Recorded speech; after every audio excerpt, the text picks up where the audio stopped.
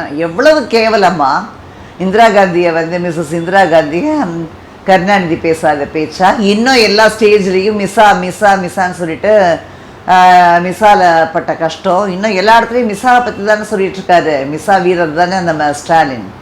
அதை பற்றி சொல்கிறப்ப மிஸ்ஸா யார் பண்ணாங்கன்னு நானும் அதான் கேட்டேன். இவங்க கான்ட்ரடிக்டரியோட மொத்த உருவ அலையன்ஸை இவங்க தான். பிரின்சிபிளும் கிடையாது, எதுவுமே கிடையாது. வேறு எதுக்கு சேர்ந்துருக்காங்கங்கிறது தெரியாது. அப்படி இருக்காங்க. பட் அவங்க பேசுகிறாங்க. ஒரு அண்ணாமலை வந்து இபிஎஸ் சொன்னதுனால ஒரு பெரிய இதுவா. எம்கேயும் அண்ணாமலையும் அப்போ ஒன்றா. எம்கே இந்திரா காந்தியும் அவளே பேசியிருக்காங்க.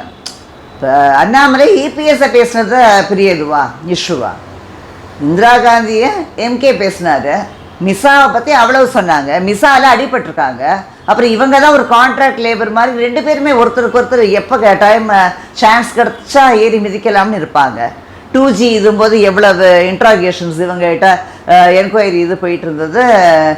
இதில் வந்து அறிவாலயத்தில் நடந்ததுன்னு சொல்லி நம்ம பார்த்துருப்போம். அதெல்லாம் அதே மாதிரி இவர் எப்படி டிமாண்ட் பண்ணார், எப்படி செக் வச்சு அவங்கக்கிட்ட வாங்கிட்டார். மினிஸ்ட்ரியில் இடத்த கேபினெட்டில் இடம் கேட்டார் மிஸ்டர் எம்கேங்கிறது தெரியும்.